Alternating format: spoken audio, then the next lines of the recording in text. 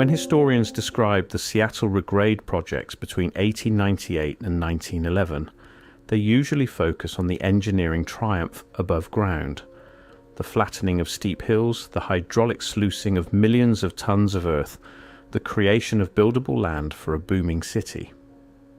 But the real story, the one that barely appeared in newspapers, the one that even today sits buried in archival footnotes, began below the surface. It started with a simple urban planning decision. Engineers were instructed to level the hills across downtown Seattle, wash away the inconvenient terrain, and determine whether the ground beneath could support a modern metropolis.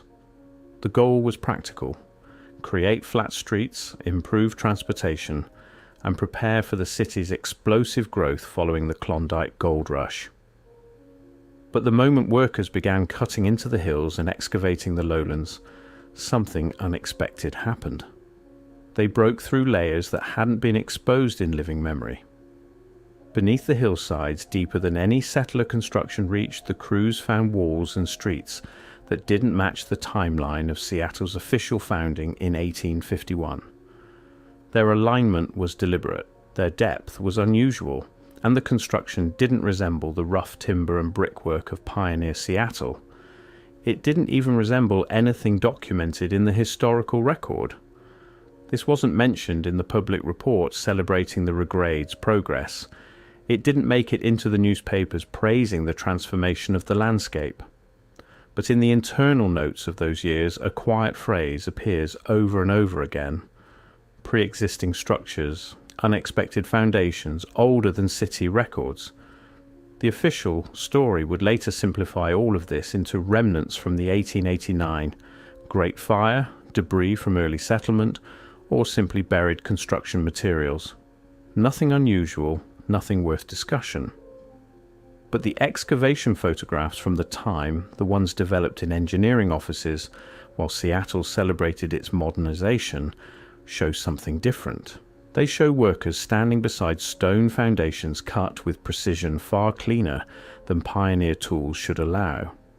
Structures fitted together so tightly that even in the grain of early 1900s photography, the craftsmanship is unmistakable. Street systems and drainage networks that don't resemble hasty frontier construction, but something older, more planned, more deliberate. And the deeper they excavated, the more the layers stopped looking like the scattered remnants of a young American city, and more like an entire urban infrastructure that had been buried, covered over, and deliberately forgotten. At first, the excavation teams tried to categorize everything in the simplest way possible. Old boardwalks buried in mud, collapsed buildings from the fire, natural sediment accumulation. But as notes accumulated and more structures were uncovered, the inconsistencies multiplied. Why were some of the foundations built to support weights far greater than the wooden buildings supposedly erected above them? Why were certain stones shaped in modular form, as if mass-produced rather than individually cut? Why did some street systems extend into areas that no city plans showed any construction? And the question that troubled even the most experienced engineers: why were these buried structures so extensive? Seattle's regrade required precise surveying, yet the infrastructure beneath parts of downtown appeared built for a city far larger and more developed than the rough lumber town supposedly established in the 1850s. Survey teams quietly admitted among themselves that the scale and sophistication didn't line up with any pioneer records. And although none of them were using terms like lost civilizations, they were acknowledging something just as unsettling. Someone had built on this land before. Not cabins, not temporary camps, a city. As the documentation increased, so did the silence. Reports became shorter, descriptions became vague, photographs stopped showing the widest views of what was uncovered. And then the excavation zones were filled in throughout the early 1900s, covered with regraded earth where needed for development. And much of what was exposed was returned to darkness. Only fragments remain, notes, a handful of photographs, and the quiet testimonies of archivists who saw the files before some of them disappeared. But even from what survives, a pattern becomes visible. Structures too sophisticated for frontier Seattle, stonework too precise for the accepted timeline, construction methods that look inherited rather than improvised, infrastructure that seems to belong to a different era of urban planning entirely. When the excavation teams moved past the first recognizable layers beneath Seattle's hills, the expectations were simple. They believed they would find natural glacial deposits, perhaps some scattered pioneer debris, and the muddy remnants from the 1889 fire that destroyed much of the downtown. Nothing unusual, nothing extraordinary. But within months, that assumption collapsed because instead of a straightforward geological sequence, the teams uncovered a stack of urban layers that didn't behave the way the history of a normal frontier town is supposed to behave. If you're finding this investigation compelling, consider subscribing. These mysteries don't fit neatly into official history, and uncovering them requires looking where conventional narratives refuse to go. The first anomaly was alignment. Each layer, post-fire reconstruction, pre-fire settlement, and whatever lay beneath, seemed to follow the same street grid, the same angles, the same geometric orientation. Different building periods shouldn't do that. Different builders, different purposes, different decades. They don't build in perfect alignment with infrastructure that supposedly didn't exist yet. Yet beneath Seattle, they did. Streets from one era ran directly above streets buried meters below them. Foundation walls shared the same orientation even when separated by what should have been generations of construction. Drainage systems followed trajectories that seemed planned from a single master design, one that no city planner of record ever drew. It was as if every group that ever built on this ground was following an original blueprint, one that no longer existed in any municipal archive. Precision beyond pioneer capability. As the workers dug deeper into the hillsides, the layers became stranger. Beneath the expected mud and timber, they began encountering stonework that looked nothing like rough frontier construction. Much larger foundations, much tighter joints, patterns that seemed too mathematically precise for anything in Seattle's documented timeline. Some structures appeared almost overbuilt, stone arches with flawless curvature, retaining walls crafted with precision that didn't match the crude tools supposedly available in 1850s Washington territory. Drainage systems engineered with gradients so perfect that modern civil engineers still study the archival documentation in disbelief. And then came the discovery that puzzled even the most conservative members of the engineering teams: evidence of prolonged water saturation. Stone surfaces smoothed as if shaped by tidal action, lower structures with marine growth patterns, foundations with salt deposits that only form after extended submersion. Yet the official history states that Seattle was built on tidal mudflats that were gradually filled in during the city's early years. Nothing that explains why foundations deep beneath the regraded hills showed signs of having been submerged for far longer than the few decades between settlement and excavation. Survey photographs taken between 1898 and 1911 show this clearly. Workers standing beside stonework so massive that the men look miniature in comparison. Blocks cut so precisely that even today masons examine the images trying to identify what tools could have produced such clean edges. Joints and angles that resemble infrastructure from cities with centuries of development, not a frontier town barely 50 years old.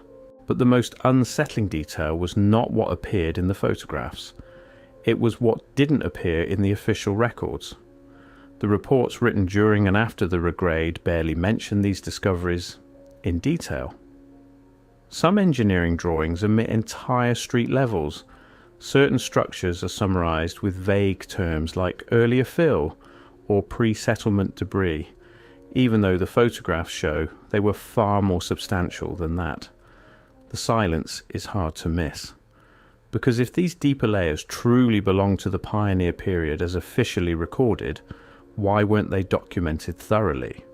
Why weren't the sophisticated construction techniques described in municipal reports? Why were the photographs scattered across private collections instead of assembled into comprehensive city archives? Even some of the stone foundations raised red flags: edges too sharp, surfaces too smooth, drainage channels too uniform. Marks that looked less like hand-hewn pioneer work and more like industrial fabrication. Fabrication that, according to the conventional timeline, didn't exist in the 1850s Seattle.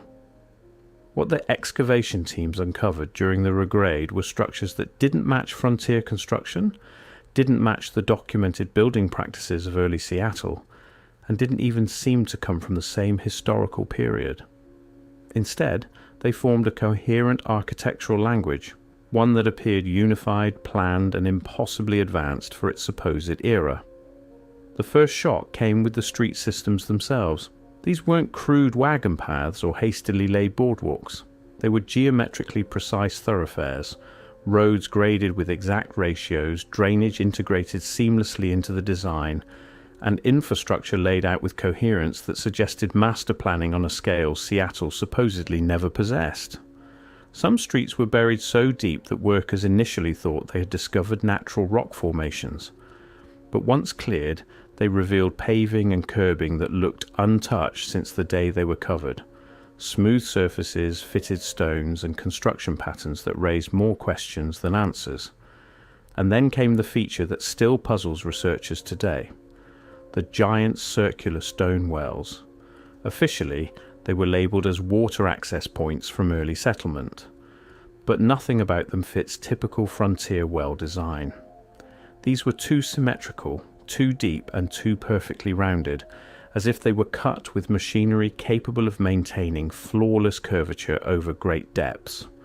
Some wells were wide enough for multiple workers to descend simultaneously. Others contained internal features that appeared designed for purposes beyond simple water access: chambers, side passages, mechanisms that suggested functions no one could identify. Workers from the early 1900s described them in private correspondence as engineered shafts, not wells, but access points with an unknown purpose. Another anomaly appeared in the placement of certain foundation systems. These weren't simply supporting the structures known to have existed above them. Many were positioned to bear weights far greater than any documented building in early Seattle. Some extended horizontally in ways that made no architectural sense for the wooden commercial blocks supposedly erected in the 1850s and 1860s. It created an uncomfortable possibility. The post-fire Seattle may not simply rest on convenient bedrock and fill. It may sit on something much larger, an urban infrastructure whose extent was never recorded, never taught, and never explained in the official history of the city. The deeper the workers excavated, the stranger the findings became. Foundation blocks appeared with perfectly straight edges. Some surfaces were finished smooth, almost polished. Others showed precision moulded lines so clean that modern concrete engineers still debate what methods could have produced them. But the discovery that caused the most confusion was metal reinforcement inside supposedly primitive foundations. Some pieces showed signs of advanced metallurgy, alloys that shouldn't have been available in frontier Seattle. Others appeared fused or integrated in ways that suggested the concrete was poured around prefabricated metal frameworks. The official explanation offered later: debris from the 1889 fire, salvaged materials from collapsed buildings. But that does not explain why the metal appears inside intact foundation blocks in the deepest layers. Not scattered debris, but structural reinforcement placed with engineering precision. That kind of construction requires techniques far beyond frontier capability, far beyond anything documented in 1850s Washington territory. Soon after these discoveries, something unusual began happening. Excavations were filled rapidly with regraded material. Certain areas were covered before proper documentation, could be completed. Deep sections of the old street systems were buried under massive amounts of earth and never reopened. Some of this was officially labelled as practical necessity. The regrade needed to proceed. Development couldn't wait for archaeological study. But the decisions about which areas to bury first and which structures to preserve raised quiet questions among observers. Because the structures that were covered most quickly were always the ones that challenged the official timeline most severely. The perfectly cut wells, the oversized foundations, the sophisticated drainage systems, the street networks that seemed to extend far beyond the excavation zones into areas beneath modern Seattle. These street systems were perhaps the most mysterious find of all. They weren't random paths. They were part of an organized grid, a network of thoroughfares that looked less like frontier sprawl and more like planned urban infrastructure. Aligned, measured, engineered, as if they once served a city much larger and more developed than the rough settlement supposedly founded in 1851. And yet, almost as soon as they were uncovered, they were buried again. Their extent unmapped, their purpose unexplored, their existence quietly omitted from subsequent city planning documents. When you study the final years of the Seattle Regrade project, something becomes impossible to ignore. The work didn't gradually conclude. The most significant discoveries were actively buried, not preserved, not studied, buried. The deeper the excavation teams went, the more the tone of their documentation changed. Early reports were straightforward, describing routine excavation of expected materials, but later entries become cautious, incomplete, as if the writers were suddenly constrained in what they could record. And this is where the final mystery begins, because the last structures they uncovered beneath downtown Seattle weren't ordinary. They weren't frontier construction, they weren't fire debris, they weren't even identifiable as belonging to any known period of the city's history. They were something else entirely. Multiple accounts, the few that survived, described infrastructure that suddenly shifted from recognizable to inexplicable. Foundation systems with tolerances suggesting industrial construction techniques. Drainage networks designed for a population far larger than pioneer Seattle ever had. Structural supports built for loads that no wooden frontier buildings could have required, and street levels, complete street levels buried so deep that they couldn't possibly align with the official timeline of Seattle's settlement and growth. But here's the part that always gets buried in the historical record. The most sophisticated infrastructure was covered the fastest. Workers described filling entire street systems back in, burying intact foundations, covering engineering works that had just been exposed to daylight for the first time in decades. It wasn't gradual, it was immediate. The official explanation, the regrade had to proceed on schedule, the city needed level land for development, preservation wasn't practical.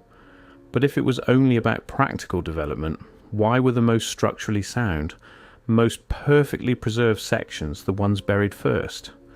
And why were obviously damaged areas from the 1889 fire left exposed longer for study? It doesn't make sense unless those deeper discoveries posed a different kind of threat. Not a physical one, a narrative one. Because if the infrastructure beneath Seattle truly showed urban planning and construction sophistication far beyond what frontier settlers should have possessed, and if some of that infrastructure didn't match any documented building period at all, then the entire accepted story of Seattle's founding begins to collapse. Imagine what it would mean if modern Seattle was built on top of something far older, something planned, something engineered, something extensive, something we didn't build, or at least something we've been told we didn't build. Imagine what it means if the original Seattle wasn't the rough lumber town of 1851, but something that existed before, something substantial enough to require deliberate burial rather than simple demolition and replacement.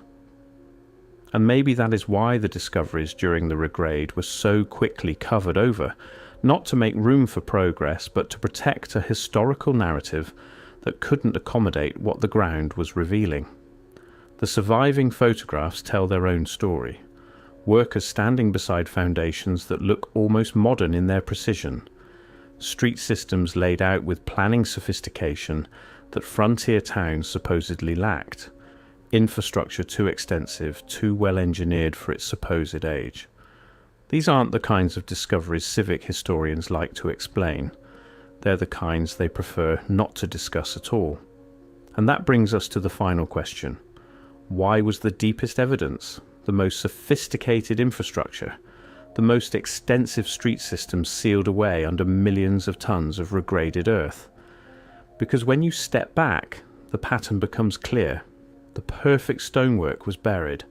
The mysterious wells were buried. The unexplained street networks were buried. The oversized foundations were buried. The reinforced concrete was buried.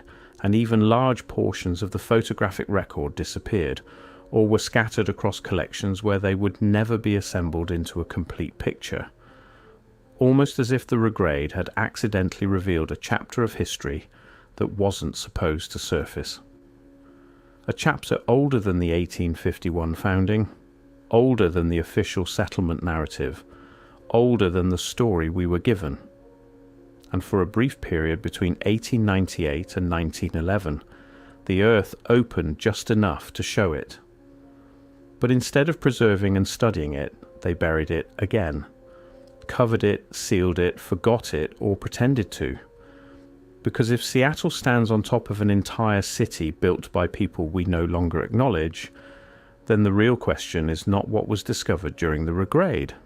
It's what else lies beneath American cities. What other pioneer towns were built over something far older?